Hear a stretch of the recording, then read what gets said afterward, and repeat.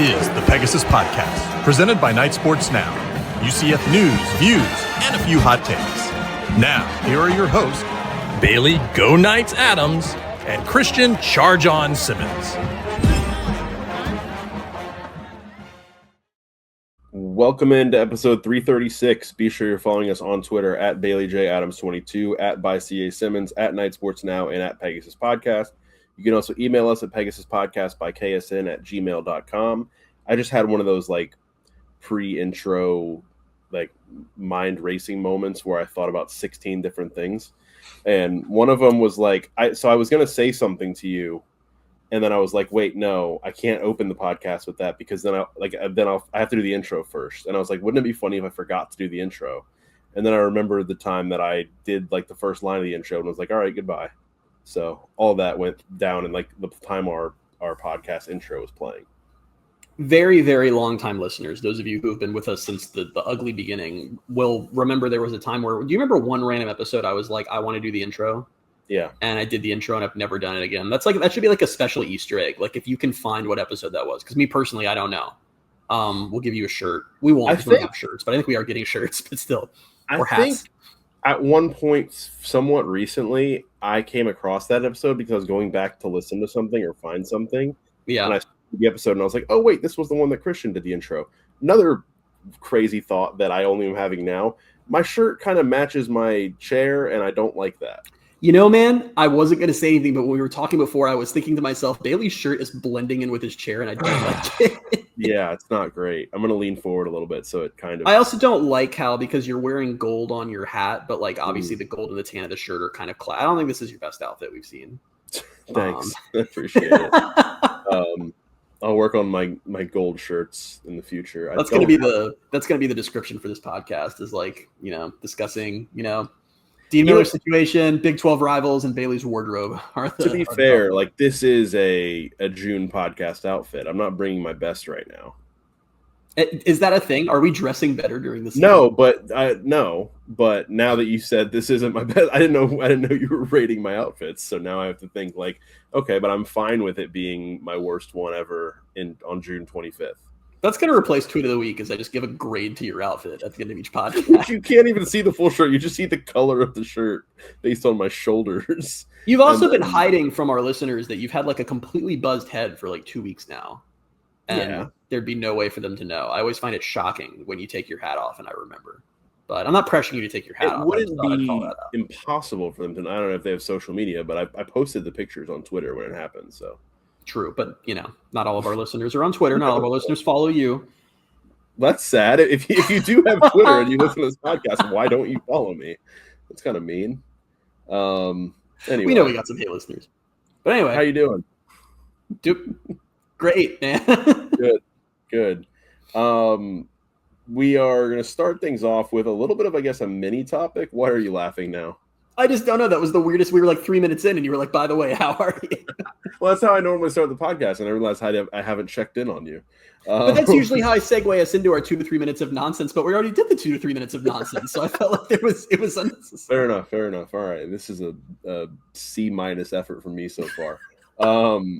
We're going to start with a little bit of a mini topic and then jump into what the main topic is. But the mini topic here is kind of addressing this.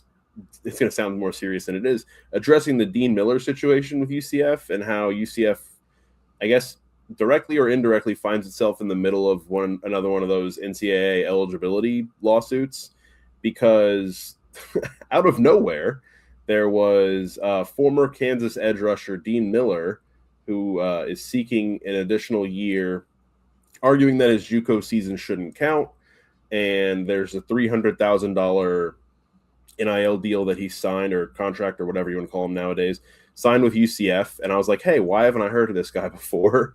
And it's because UCF never announced it or anything. So that's why. Found out this week that the case was filed in Orange County. The judge assigned has 2 degrees from the University of Florida.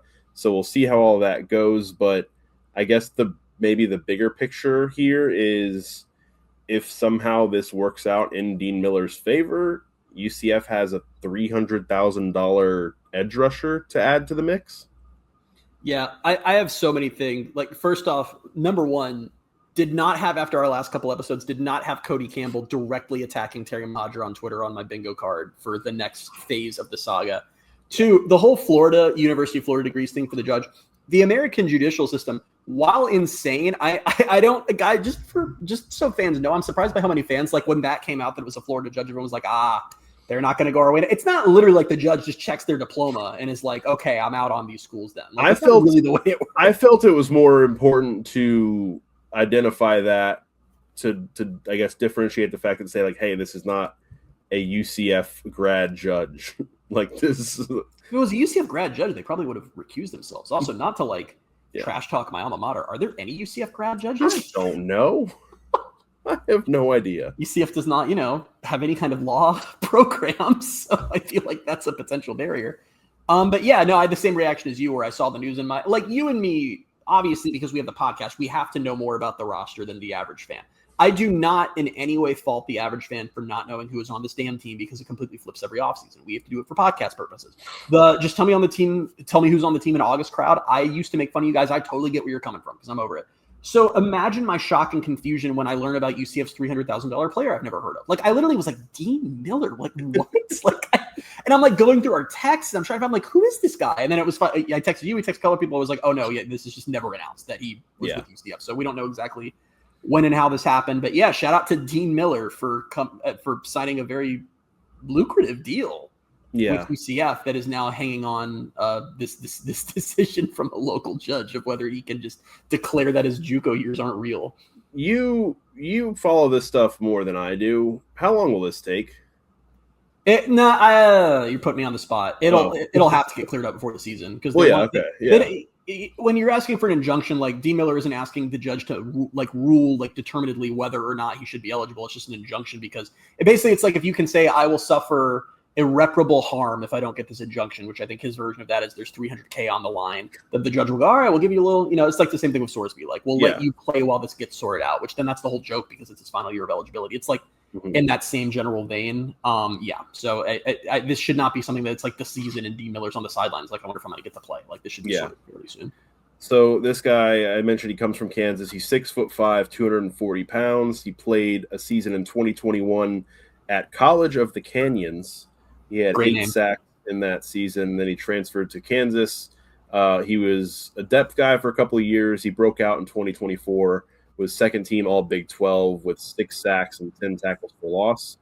Dropped off kind of a lot last year with just 1 sack and 4 tackles for loss over 11 starts. But I don't know. I guess given the situation that UCF's in at that position, I'm not in any – it's kind of like how we've talked about with O-line. Like, I'm not in any position to turn down a guy who had a season in this conference with 6 sacks and 10 tackles for loss. Yeah. And, of course, I'm assuming the connection is UCF's edge coach Mike Dawson, I believe, was who got him to Kansas. So I'm assuming that would be why that connection exists here. Yeah, it is very funny for a couple reasons because it was interesting. Like, I never would have imagined that the first, college football, maybe getting a judge to break rules thing right after Sorsby would be UCF, like a UCF player. That was not on my bingo card. So that has been fun to watch Texas Tech fans equate these two things, which is a little weird.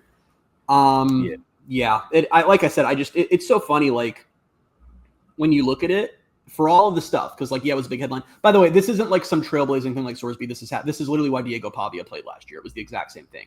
Isn't it why Trinidad Chambliss is playing?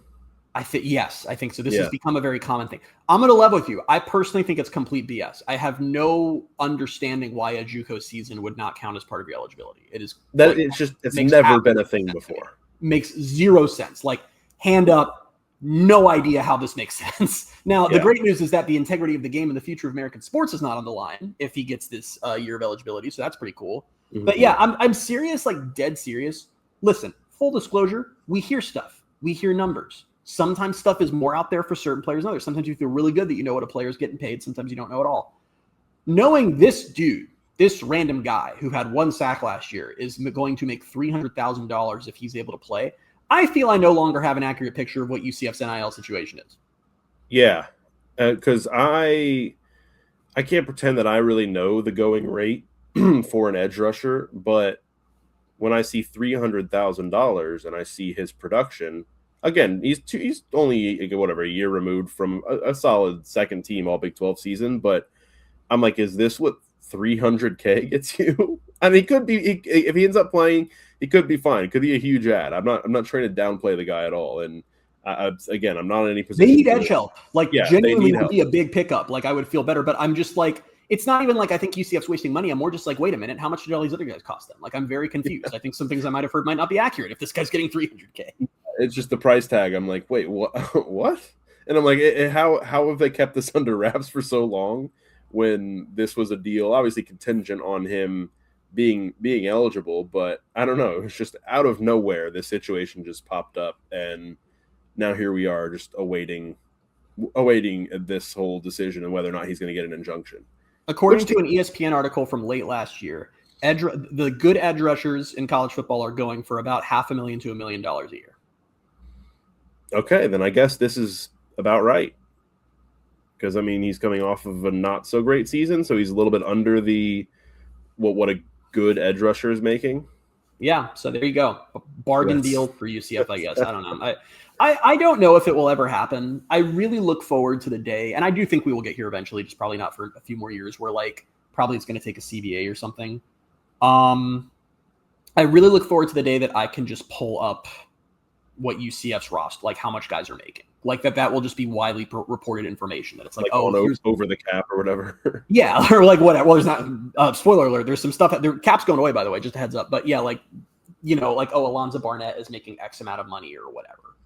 I look forward to that day. Like in the pros, like no one's like, man, I wonder what they're paying LeBron. Like, it's like, we know, we can look it up. I look forward to that being a thing in college football eventually, because the cloak and dagger stuff is annoying. I also think that it's like, I don't know to whose benefit it is. I do think it allows some schools to play poor. And I'm not really accusing UCF of that, but like, I do think there are schools out there that like their fans are like, oh my God, like this era is so unfair. Like we're getting so outspent. And then like, if you really knew what was being spent by your team, you might feel a little differently about that. But I don't know. I feel like that's part of it too, is probably put some administrations on the hot seat, right? Like if say all the numbers were available and it's like widely known what everyone's paying their players, and it comes out that like, I don't know, like Houston, it has like the lowest payroll in the Big 12 by like $12 million. I would say that Houston fans would revolt, but they don't exist. So that's actually a bad example because there's no one to care. But I do wonder about stuff like that. And on the flip side, actually, this is the more interesting angle of it. I think it's way worse for the schools who spend like an absurd amount of money and then have nothing to show for it. Like that pressure must be so much worse. Actually, Ross Dellinger had a thing about how that's part of the reason that there's so much pressure on the playoff to expand to 24 teams, that literally just because like, I forget how many teams, like more teams than can fit in a 12-team playoff are projected to be spending like 40 million plus on their rosters this year. So it's like, if that many are going to spend that big, you have to have spots. Which, do I agree with that logic? No, I think that's stupid as hell. But that is literally part of the reason that it's going to expand. No, and that's why I do like I'll do that with the Yankees in baseball. I'm like, you guys have spent billions upon billions of dollars and haven't won a World Series since 2009, and that becomes a thing that's easy to do for fans too. Where when this stuff is publicly available, you're like, wow, Texas Tech spent this much money and they got shut out in their lone playoff game. Like, yeah, it's kind of fun. I kind of like that. It's something. But yeah, all right, we'll leave this here for now, and I guess we'll have further update once we find out whether or not Dean Miller's season at College of the Canyons counted. Honestly, the name of the school works in his favor, because if I was a judge and he was like, I was at College of the Canyons, I might be like, that's not real. Like, yeah, you're fine. Go ahead. College. Get out there. I love the name. I only said that because I wanted to say the name again. It's just it better be near canyons, because if it's not, then what are we doing? It better be in a canyon. College. That's like a horrible college experience. Sunsets at like 3 p.m. Okay. Anyway, speaking of Texas Tech, which teams in the Big 12 do we hate the most? You brought this up today, and I think it's a really good idea and a really good topic because it's a fair point. We talked when UCF was entering the Big 12, and even in times since, we've talked about how just wider college football rivalries aren't really the same anymore because of conference realignment. And does UCF have a true rival anymore? Would they have one in the Big 12? Obviously with USF not coming along. And the idea at the time when they entered was something will develop. There will be hatred that develops over time. Maybe 3 years isn't enough, but we can just do kind of a pulse check here and say, I don't know if they have a rival yet. And we've ranked the Big 12 programs that you and I we hate the most, and we're going to compare and see if we line up on these. The College of the Canyons was actually featured in an episode of The Office. In the episode where they were playing baseball, I don't remember this. Or the baseball field was the College of the Canyons baseball field. Baseball field. When did they play? Oh, it was when Andy and Michael went to go. Yeah. Okay, that was College of the Canyons. That was College. Oh, I love that I know that now. I'm gonna say that the next time I'm watching it. No one's gonna care. But anyway, sorry, I just had to get that out there because I saw that while you were talking and felt like you and maybe some of our listeners would enjoy that. But yeah, this has been something that I think has been more of a me concern than the general fan base. But when UCF was moving to the Big 12, it was genuinely one of my number one concerns was, and I think we've seen it play out a little bit, that I know we hate USF. We hate him a lot. And that's kind of the point.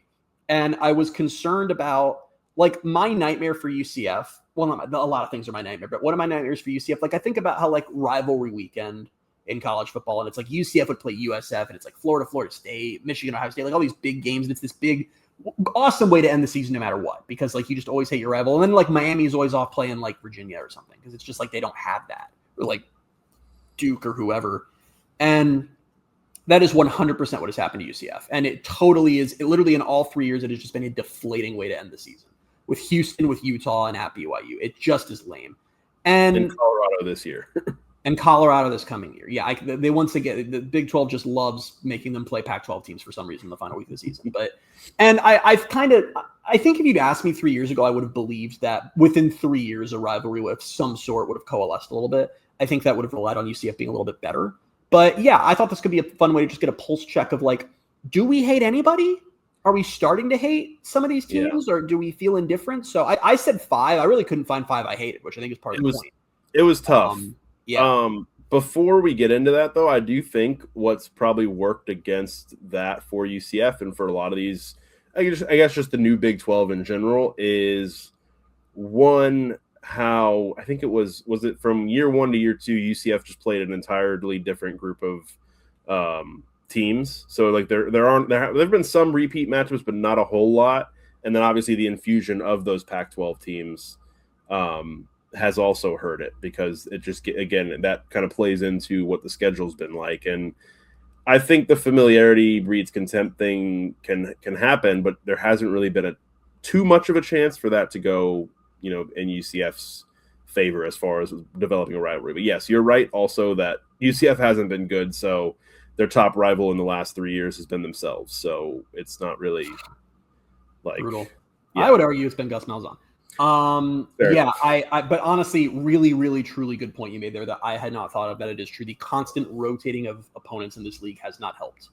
And that is a Big 12 wide issue. The fact that Farmageddon does not happen every year. The fact that UCF and Cincinnati are not playing this year. The only, which spoiler, like we'll get to that on the list, but like the only even sort of rivalry. It's like, I don't know. I get it's tough. What we're learning is there really is no good way to schedule for these conferences that are so freaking big, like 16 teams, 18 teams. It's just impossible. But like, man, yeah, when you're in a conference that's not even protecting rivalries, and UCF is heavily cycling through where they're just kind of playing everybody and then not seeing them again for a while, is like, that does make it hard. That does make it really hard. Yeah. So who is your number 5 team on this list? My number 5, and let me be clear, 5 was too many. I want to be clear about that. When you said 5, I was like, I almost replied 5. You should. I was trying to. It was so not based on how many we can hate and what equates into an hour-long podcast. So that's how I landed on that number. My number 5, and boy, do I just hate him, Houston. I put Houston also. Where'd you have him? Yeah, 5. Oh, okay. We have 5. Yeah. Yeah. Perfect. So, and let me tell you something right now. It's hard to hate what doesn't exist. So like the lack of fans makes this almost impossible to develop. I'm dead serious, Bailey. It makes it almost impossible to develop into anything. The reason Houston cracked number 5, jumping over other teams I just have terrible feelings towards, like Arizona or whoever, is literally they beat UCF in the space game this year. It's so horrible that the first space game UCF ever lost was to Houston. Even that I can deal with because I don't care. It was Willie Fritz acting like UCF had somehow disrespected Houston by having a space game. And he was like, yeah, I played like videos of like NASA for the guys and like showed them that like we're the real. I can't overstate how the mass psychosis that exists in college football, people thinking UCF has no connection to space when their name was Space University. They were founded to support the space program. They have more connection, and they have more of a connection to space than any other school in America. Freaking Purdue is like Neil Armstrong went here. It drives me freaking crazy. But anyway, yeah. So that is what got them to 5 for me. That being said, that hit Willie Fritz saying that and playing this up could have been really cool because it could have turned into a big thing. Unfortunately, Houston fans aren't real. So there was no one to like carry that. I'm serious. There was like, that could have been like a big off-season thing. And like, oh, maybe like, should Houston always be the space game? Reignited that. It was crickets from over there because they literally don't have football fans. It's freaking wild. I see that. Like, I remember that at the time. Like, now that you're saying it, it's coming back to me. But it really, all I have them for on this list is one, because of losing to them in the space game, and that just bothers me. And that's pretty much it. Like, I was trying to think, like, and this is, I think, is more of obviously a football-centric conversation, but I was trying to think of, like, the other sports, too, and I'm like, I think there's a little bit more – I don't know, I might be making this up, but I feel like for some reason there's a little bit more bad blood between UCF and Houston in baseball. But it's just not really there anywhere, just in general. No. It's not. And these are two teams that have played in all sports regularly for more than 20 years now.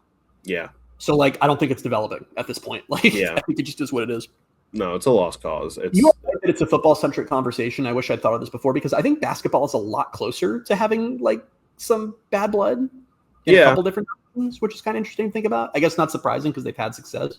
And they've had success, and they've played these teams. They've played all these teams multiple times. Yeah. Like, so Kansas has become a thing. Texas Tech has become a thing. Like, I don't know. That is interesting to think about. Yeah. This is such a stupid list because, like, number 4, and I don't really know what differentiates them from number 5, but number 4 for me is West Virginia. Number 4 for me is also West Virginia. All right, so we're just gonna potentially just keep tracking all along. We're not, because there's a team that you hate in this conference that I have no feelings for at all. So I know that. Yeah, it confuses me so much that you don't hate them also, but we'll get there in a second. Do a lot of people? I'll save it. All right, yes, West Virginia, our hated rivals, the Mountaineers. Do not forget that last offseason I did declare on this podcast that I was going to try to foment a rivalry between these teams. And I spent we never followed up on that. I spent like 2 weeks being really mean to them on Twitter, and like it would get like 4 likes. And I was like, all right, this isn't going anywhere. Forgot about that. It turns out that I personally cannot manufacture a college football rivalry. And that was, you're no Bob Diaco. I'm no Bob Diaco. I'm really not. I should try again. Should I tweet something really mean about West Virginia right now? We play them this year? No, we don't. So then, what's the point? Well, that'll just, it's the thing that it gives a lot of time to boil before the 2020. Yeah, I'm sure they'll remember it next year. What can I tweet? West Virginia, more like I think.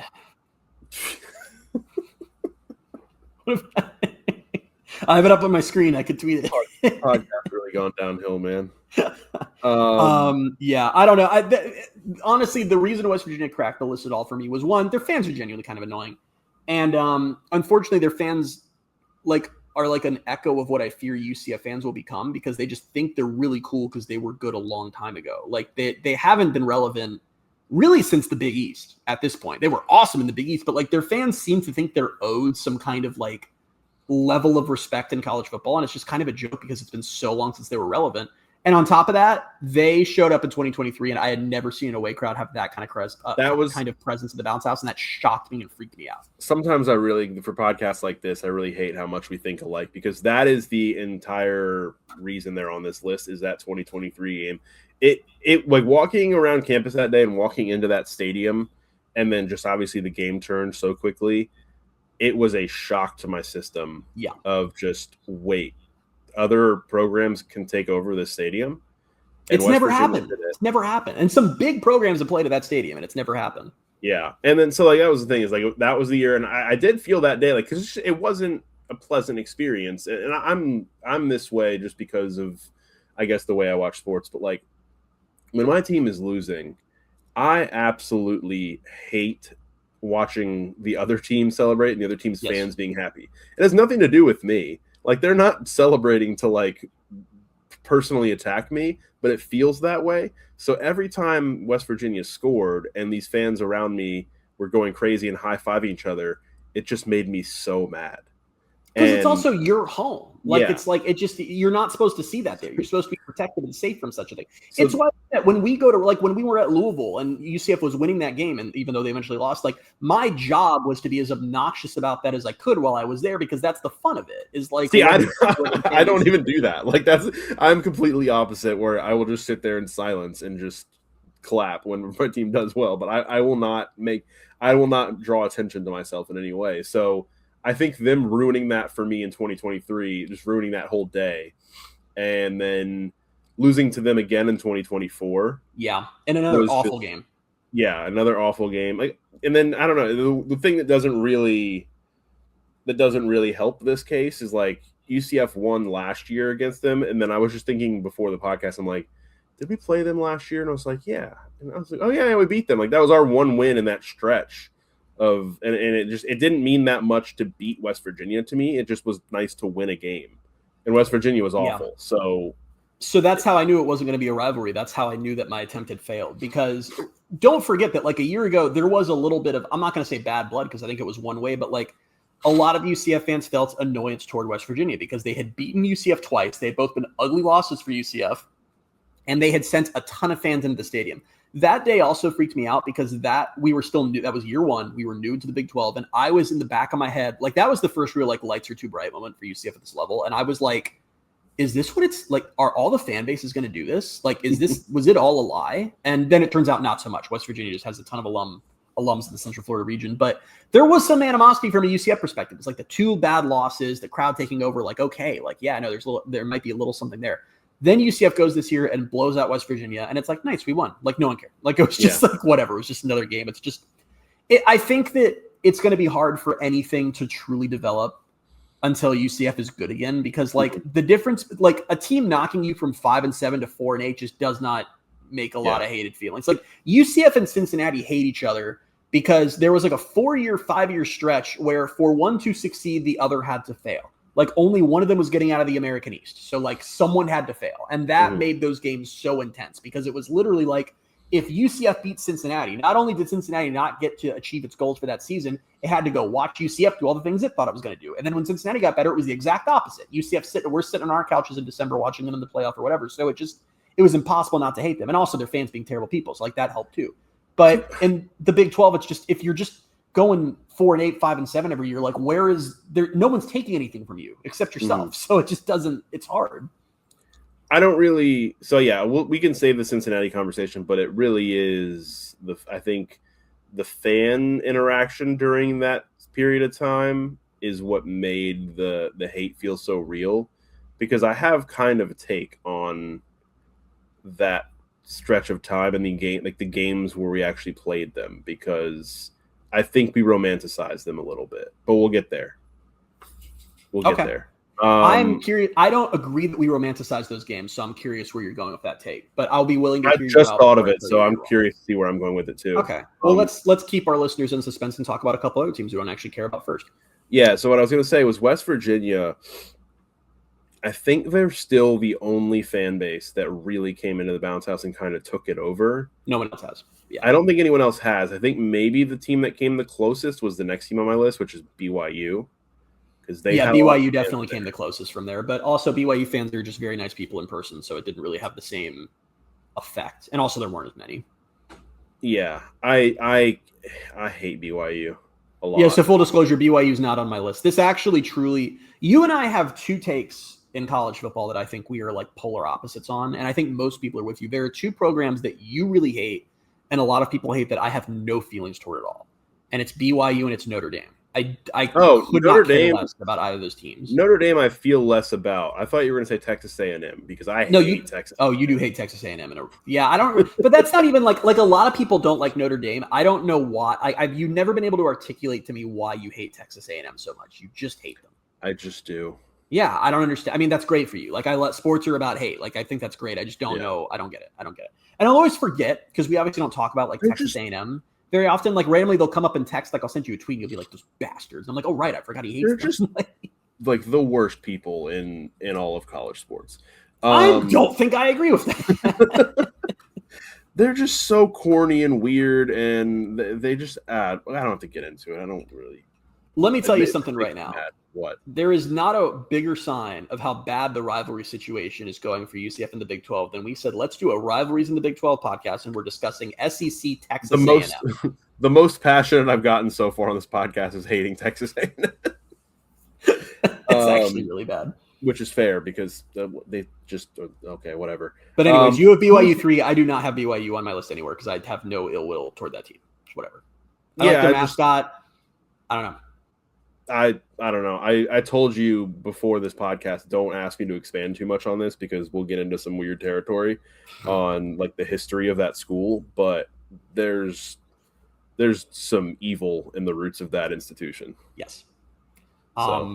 But for the sake of our football-centric podcast, I really don't have any strong opinions on it. No, I don't know. I think for me, if I have to do it from a football standpoint, the fact that like they came into the league with us and were just so much better positioned, I guess, because of the fact that they had money, they had the fan base, the alumni base, and have been like they've had it so easy where like they've come into the Big 12 and just been good from the jump. Not true. They were 5-7 in year one. Whatever. They were still fine. We were 6-6, so it's like, and then they went. What were they the year after that?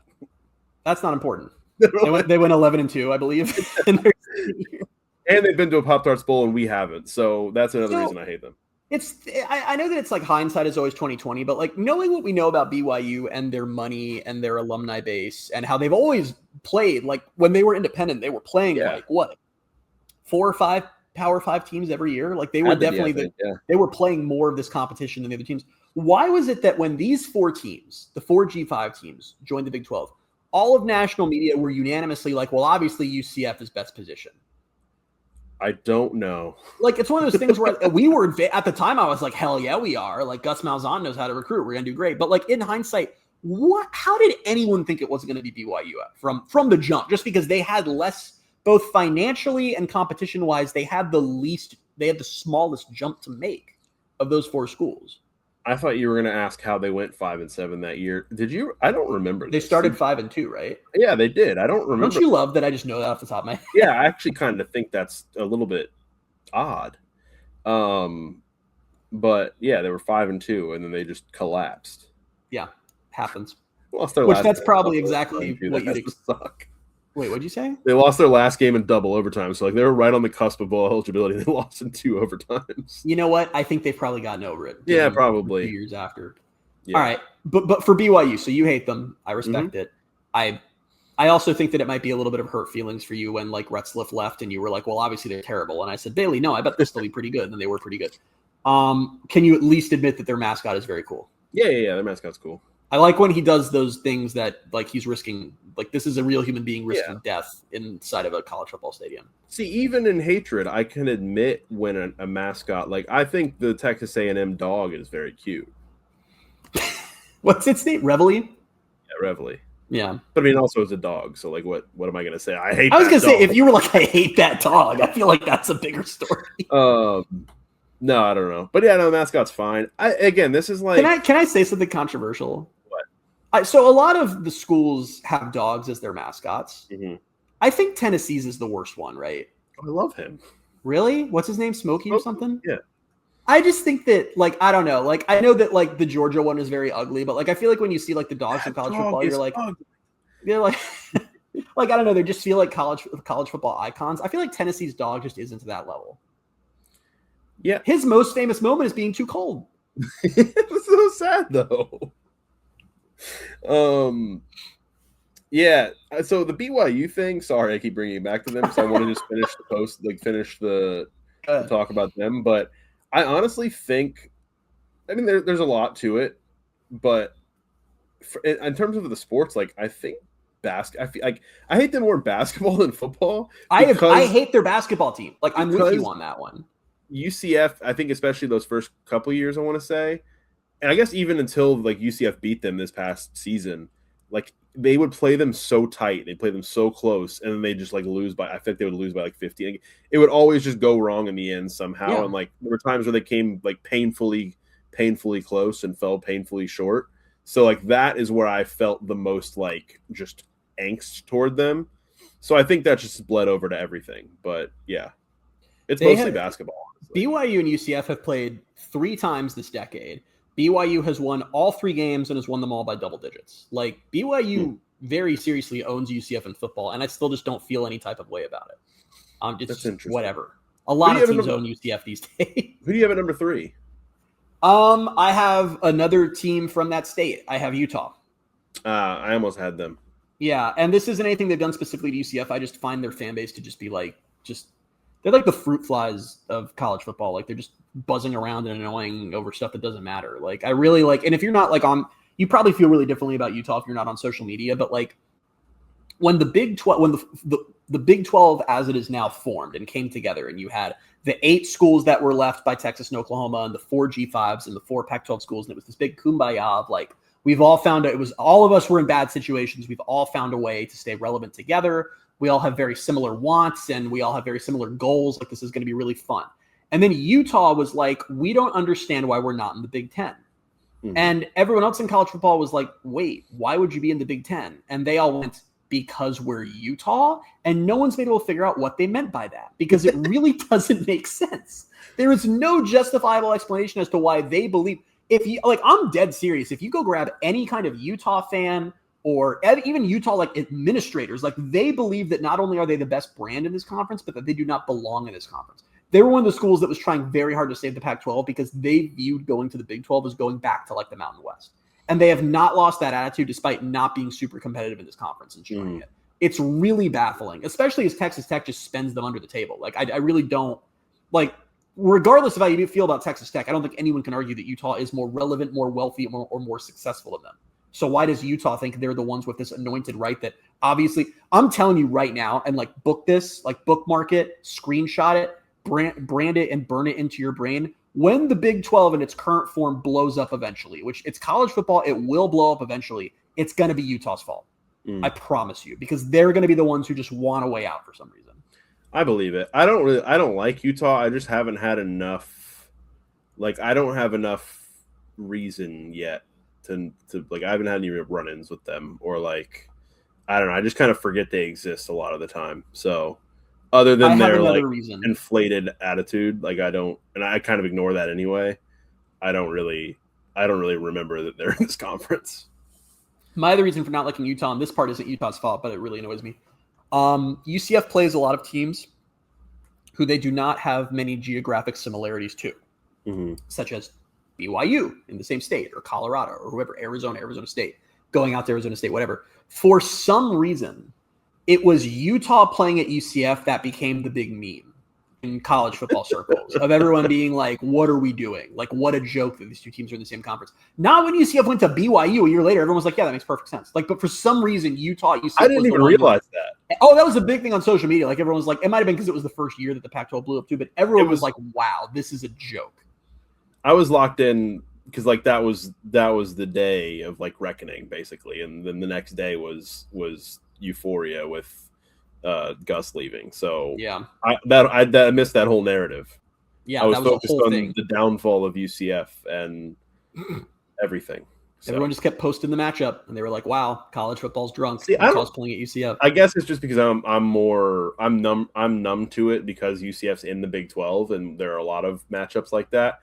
The ones that I continue to just get baffled by are the Big 10 ones. Like USC and Rutgers is the one that always like stuff like that, or like UCLA and Maryland. Like those are the ones that continue to stick out to me. But it's funny that those are the ones that stick out to you because, and I don't disagree, because also those are the only ones who voluntarily did it.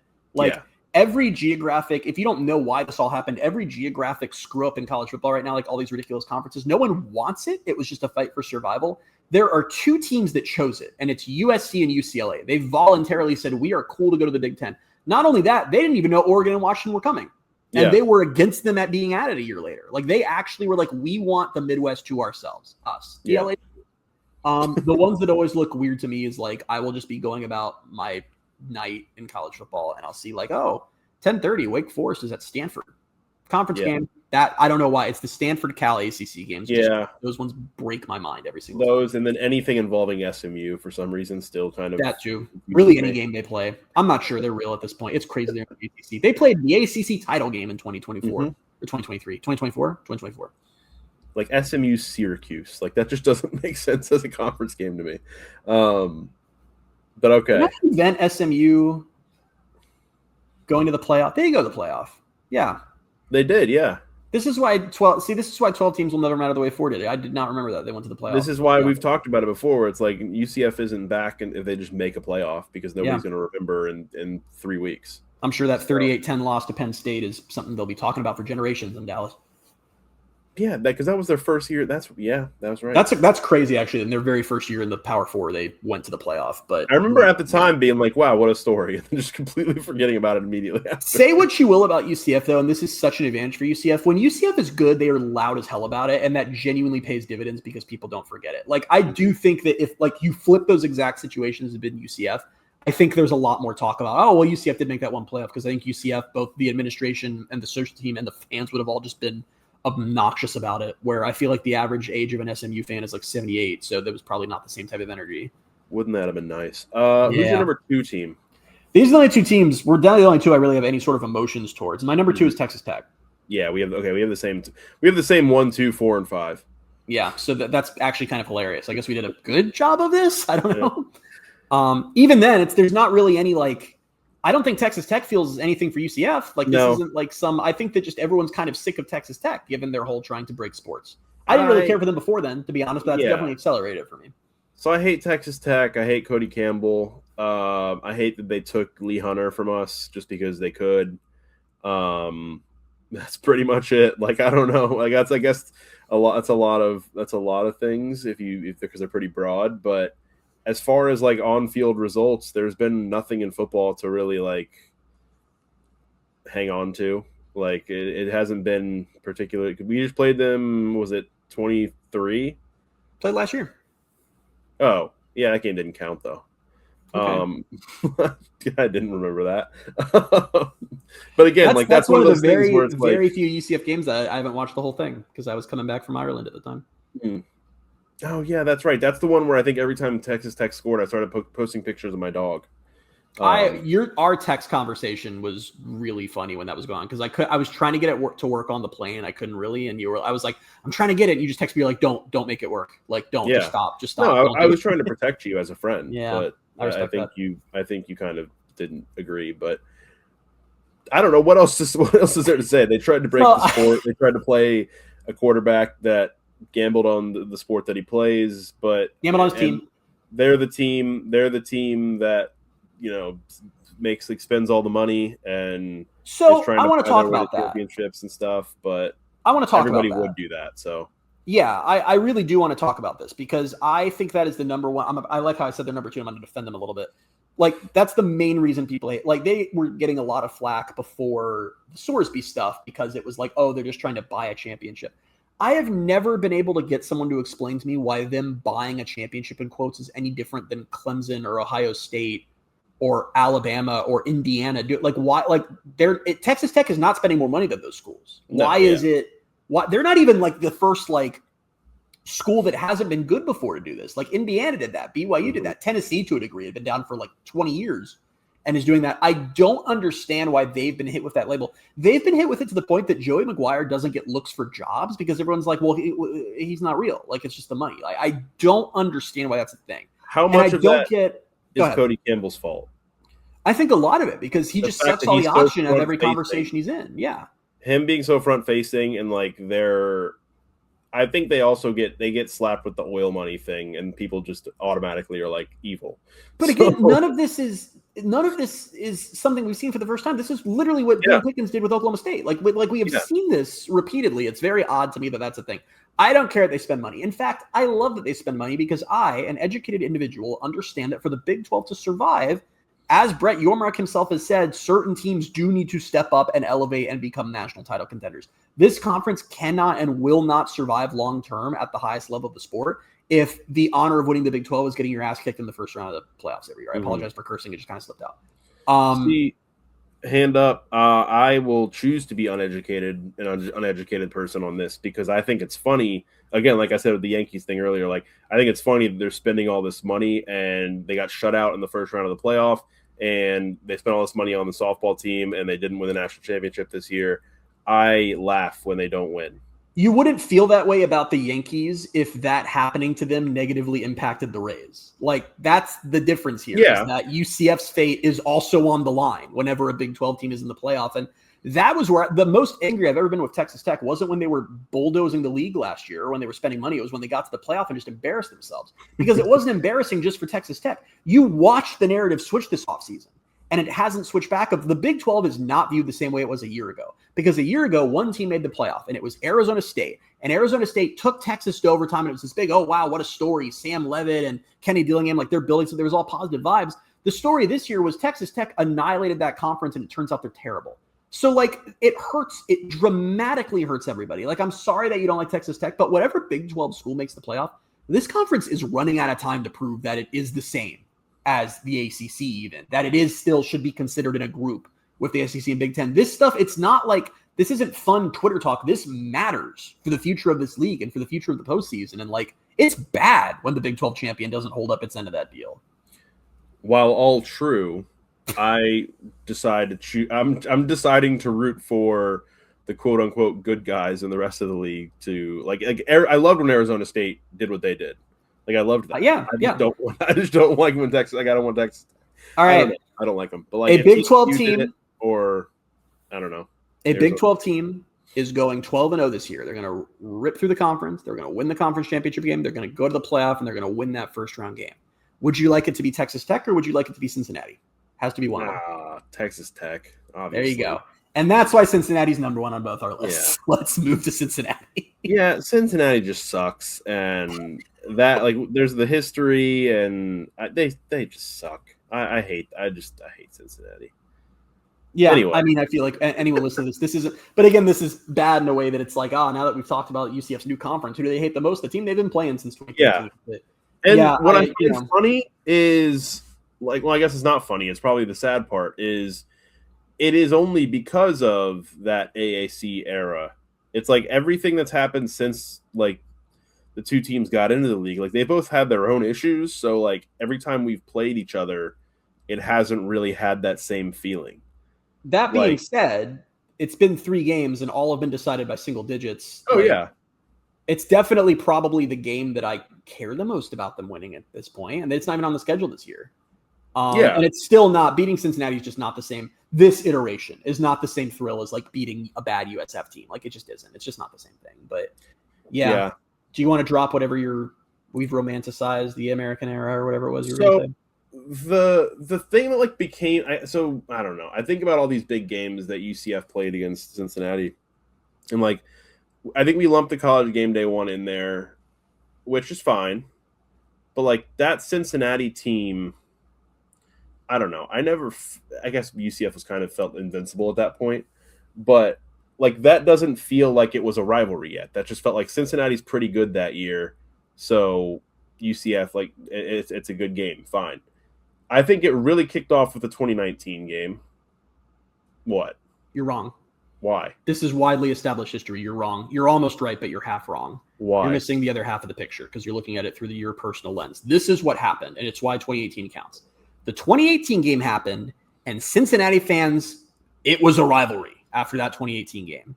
It took until next season for it to be a rivalry for UCF too. The reason UCF lost that game and it being such a big deal is we did not realize how much Cincinnati fans hated us until we lost that game. So in a 2-year span, it went from like in 2017, no one cared. It was like, oh, I think I hate that fan base with all my heart for both sides. Like the Cincy fan experience of 2018 was hellish. Like they thought that was their moment. They were having as special of a season as UCF, and it was all like right in front of them. They can take back the spotlight here, and they just got trounced on College game day. Like completely, it was on for them from there. And it just took UCF losing to them the next year for it to be like, oh, wait, no, we hate you too. So 2018 is absolutely part of that. I didn't know that, but I will also say that I find it silly that they felt that way, that was not going to be their moment. That was never going to be their moment. I still laugh at a tweet to this day about, I was about to say I was laughing at a kid being sad, which sounds awful, but I don't remember what the exact details were, but it was like a kid who was like really excited since he was on game day because he was like, oh my God, like Lee Corso is going to, I don't know what the hell they call their Bearcat. It might just be the Bearcat, like all excited at the notion of I don't even know if it has a name, all excited at the notion of Lee Corso being a Bearcat. And like, I remember UCF fans, it's like a wholesome tweet. UCF fans time were like, idiot. It's going to be Nitro. Like, this is UCF's show. Like, it got really nasty that week. Like, that was when it started. And you go back to, it's funny when you just don't realize it at the time, but like that UCF game in 2019 for UCF had just lost a Pitt and was like, yikes, all right, let's get back on track. That was a huge game for Cincinnati. Like, it was like sold out, blackout game. Like, it was like, we're finally going to take down UCF. Like, it was like so nasty from their perspective already. Even that night, I was like, wow, this is like, it didn't register with me until the reaction after the game. But even during that game, it was I felt like this was maybe for a lot of UCF fans, it was just the continuation of the like, wow, we really are every team's Super Bowl now. And then I realized like how much they celebrated after that game that I was like, oh, okay, like this meant a lot to them. Yes. And so I guess, I don't know. So even counting 2018 to 2020, fine and cool. No, you know what? I'm walking back this take. I don't believe in it anymore. Okay, I was going to say. I was waiting for you to get there because I think you're 21. Because 21, like, that was as lopsided as it was ever going to be. Yeah. And like, that game does not register. But then 2022 was the RJ Harvey moonwalk touchdown. And they were both trying. Cincinnati was a top 25 team? Yeah. That was UCF's first top 25 win since, was it 20? When was that? Since 2018? Yes. Yeah, that's crazy. Since Cincy the previous time, no, there was a straight 5-year span where that was a huge deal every year. Like that was the game. I mean, literally 18, 19, 20, and 22. It was also like a conference championship elimination game for the loser. Yeah, years. Yeah, I guess so. Everybody that's listening to this podcast has, in the span of like 20 minutes, watched me think of a take, try to articulate it, and then realize that I'm wrong about it and abandon it, which is fine. I think I'll just circle back to my new point being it's really sad that, yes, it's still the game that like everybody wants to probably win the most. Although even in 2024, Florida was on the schedule. Yeah. So I don't even know if that was the case that year. But well, I don't think it was. I'm not going to say it's cooled in the Big 12 era. I think it's just we're both working on ourselves right now. Like, I think these fan bases still hate each other, and I really do not like that UCF has lost 2 of 3 to them, and those games are always going to mean a lot. I just think the heat has left with the stakes. Like, I think the two fan bases do hate each other, but I do think that you can tell with the way things are going on, especially just I'd say even on Cincinnati side, because I think the UCF fans are just lunatics. Yes. But I think from the Cincinnati side, like, you can tell that their heart's not really in it when it comes to fighting with UCF fans. Like, their heart's not really in it right now because they're like, we don't actually believe what we're saying because we're also not good. Like, we're both working on ourselves. And the way, I mean, it's like, let's say that UCF, which I don't think is like, I don't expect it anyway. I also don't think it's impossible, especially if Dean Miller gets eligibility, 300 KD coming your way. UCF has a shockingly good year in year 2 of Frost. The Frost magic was back. They go like 10-2 and make the Big 12 title game. They get there and they're facing TCU. How do you feel about that? Happy, excited. Like, it's so cool that we're here. They get there and they're facing Cincinnati, who's also had a surprise year. How do you feel about that? We better win by 40. We have to kill them. Like, that's how you know that into their program. And I think too, what is cool is like, losing 2 out of 3 to them sucks. But I think what is cool is that our forever, and no one can take it away from us unless some weird recruiting violation happened and they try to strip us of wins. But no one can take away the fact that UCF's first Big 12 win came against Cincinnati at Cincinnati, and we won the first ever Big 12 matchup between the two sides. No one can also take away the fact that we played them off the field in 2017. And they cut the game after 3 quarters because just like we don't need a 4th quarter because weather's happening and we don't want to go back out there.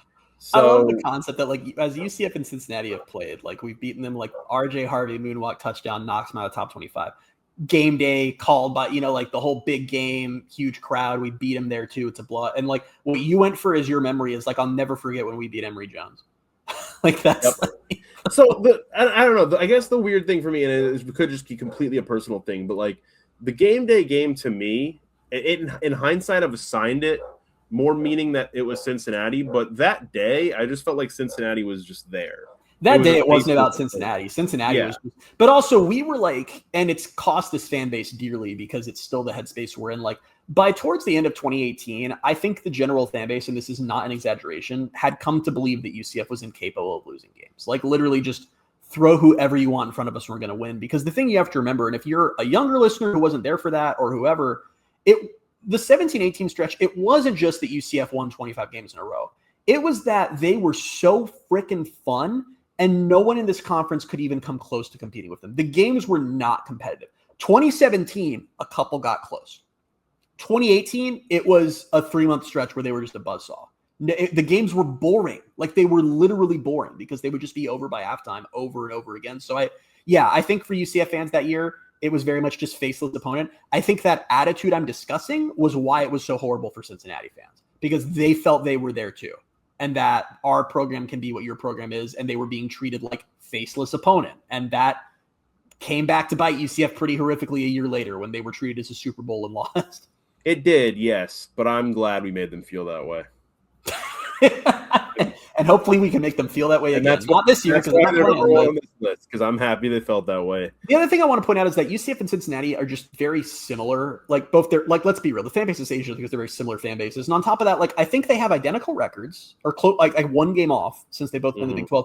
They've had this weird thing where their fates are tied. You and I have talked about this before. Like for the last decade, they've both done the exact same things, like both gone down for the same amount of time, both gone up for the same amount of time, even to the point that, like what I said, like we went and played Cincinnati. We're like, haha, we can't believe that they thought Emory Jones is a quarterback. And then a year later, they're like, haha, we can't believe that they thought KJ Jefferson is a quarterback. Like we have just done this back and forth. It's so weird. Didn't KJ not even play that game? He played that game. Wasn't that his final? I don't think so. I think that's the game that I am EJ so started. sorry. Let me take back that comment. You were right. That was the EJ. We were like, yeah, we can switch to a 17-year-old at quarterback. What's this Cincinnati we're talking about? I forgot that I've said before on our podcast that I do not count that as a loss to Cincinnati because I don't think Gus looked at the scoreboard once. I think they were just trying to figure out quarterback. He was like, let's try Jakari. Like, I don't know. Oh, my gosh. That was just unbelievable. Yeah. What a time. That season wasn't real. So I'm trying to do the math here because I think UCF, I remember at the end of last year being like, haha, UCF has a slightly better record than Cincinnati does, but I don't remember what those records were because they went 3-9 the first year. So I think that gave UCF a nice. They've gone what, 3-9, 5-7, 7-6? Yeah. Does that sound right? Yeah. So you want to say some words while I do math? Yeah, sure. I really, really do hate Cincinnati. And I think that this is a funny one for me because, like, and I've said this before on the podcast, and I'm partially saying it again just because Bailey's doing math, but I seriously do mean it. There are fan bases I don't like because we're rivals. Like, I hate USF's fan base. I think their fans suck. Cincinnati's fans are, like, the worst human beings I've ever encountered through a social media app. I find them to be genuinely just, like, awful people. It is so weird. And we encountered that when we were up there. And we got that man rolled down his window and said that very mean thing to us when we were walking down the street in UCF gear. But then we went to their campus and saw it was filled with Ohio State fans, and I didn't feel so bad anymore. I'm just completely wrong. They have the same record. Okay.